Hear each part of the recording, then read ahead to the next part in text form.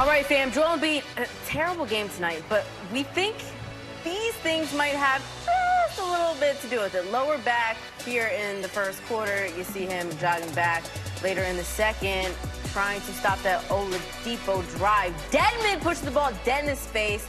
Remember, there's an orbital bone fracture there. He is on the ground, like literally almost in tears, Tyrone. Yeah, and I mean, it went downhill from there, Crystal. Yeah, hello and welcome to Sixers Outsiders. I'm Crystal Rich. He is Tyrone Johnson. That was just embarrassing. That was the worst playoff game in the season, this postseason, if you will. Sixers lose in Game 5 by 35 to Miami, a final of 120-85. Obviously, Miami shot the ball better, but to me, that's a side note because the Sixers, number one, couldn't buy a bucket. Their defense was sus. They did not attack the glass. Their transition defense sucked. Pretty much everything you can throw in the trash because we cannot see that again, obviously, in Game 6. But Tyrone, the biggest thing for me is obviously Joel had a bad night. Those things that happened to him on the court, obviously he's playing through those things. But outside of that, I wanted to see the rest of the team step up and have his back, and we just did not get that from the rest of the Sixers, not named Joel Embiid tonight. No, you just didn't get it. Nobody had a good game. Nobody on the whole team had a good game. Nobody really approached a good game.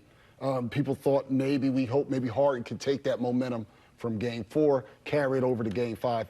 That didn't happen. You already mentioned Joel Embiid. Tobias didn't play well. Nope. Maxey played maybe his worst game as a starter, like regular season or postseason tonight on both ends. He was really, really bad. Danny Green was okay at times. The bench didn't really give him much. It was really just a full-scale disaster. And also, Doc Rivers was also very, very, very, very bad. Coach mentioned it on Post-Game Live, and Mark Jackson mentioned it. The offense was just after Embiid had 15 points in the first quarter last game, Miami made an adjustment in game, and Doc didn't have it. Actually, Doc. A counter adjustment. Yeah, and they didn't execute well. But I figured a shoot around, a practice to be prepared for it, and with the ball denial, and they would do a good job. They did not do a good job getting him the ball. Again, he didn't play well.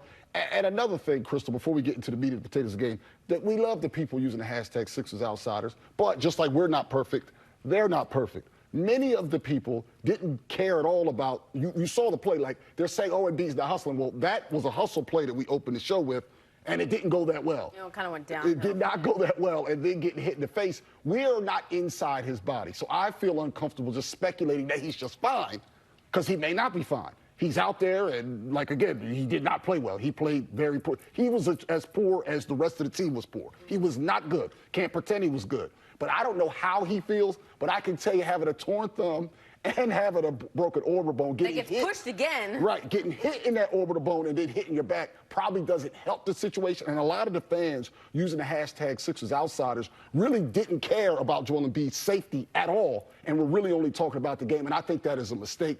We don't want anyone to be injured. We want to win the game. But we don't want anybody to be injured. But way too many people using the hashtag Sixers Outsiders almost seemed like they wanted Embiid to be injured, and that was just not right. And every single one of you should be ashamed of yourselves. Yeah, I think that Joel Embiid obviously came out, had a very slow start. He had those 4 points in the first quarter when he tried to save the ball. That happened in the first quarter. The second quarter, the eye thing happened, and who knows how that feels because you guys have seen his eye. It already looks droopy. So we have that down. We hope that he's okay. Outside of that, it was a really bad game for him tonight. He was hardly in the paint. He hardly posted up. Maybe he couldn't see right. I don't know. Like you said, I'm not in his body. When we're just talking about the game, hardly got in the paint. That's a really bad look. Miami killed us in the paint 50-28.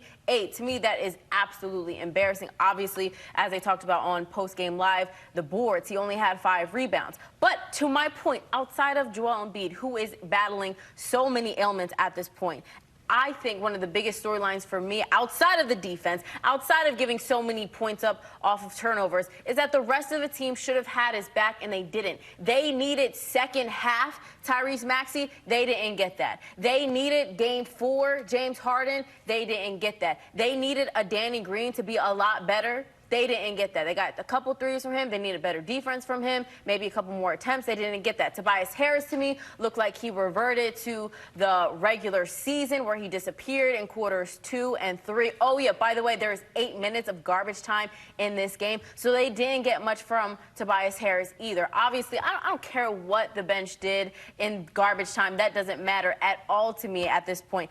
8 minutes left in the fourth quarter is when this game was over. Dawson tweets in using the hashtag #SixersOutsiders and saying, how are these guys not stepping up their game for Joel Embiid right now? This man is in tears on the ground, and it's like whatever for them. It's frustrating to watch. I feel like James Harden missed an opportunity to build off of what he showed us last game in Game 4, where he really turned up in that fourth quarter. I wanted to see that early on in this game from him.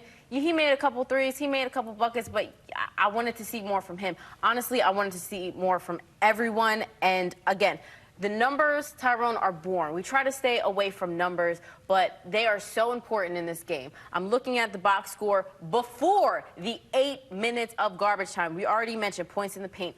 50-28. Doc has to make an adjustment in Game 6 for that. Turnovers, they had 13. Off of those 13 points, 13 turns, they gave up 21 points. They got beat on the boards, as I mentioned, 25-40. This is before the garbage time. So, Ty, they had an all-around ugly game. Obviously, Joel Embiid, who got pushed around a lot in this game, and the rest of the team just didn't step up. Nah, it was really gross. And Philly Dude 86 says you have to fault everyone on this one. As we've been saying, everybody's at fault in this one. But he does bring up a point. Doc did not have them prepared for what the Heat defensively did with Embiid. The Heat showed what they were going to do in the previous game, and Doc did nothing to counter it. That's my number one issue with Doc. Efforts on individual players. I can't blame Doc on effort or execution and stuff like that. That's not on the coach. But strategically, they did exactly the same thing they did in the last 3 quarters of the previous game,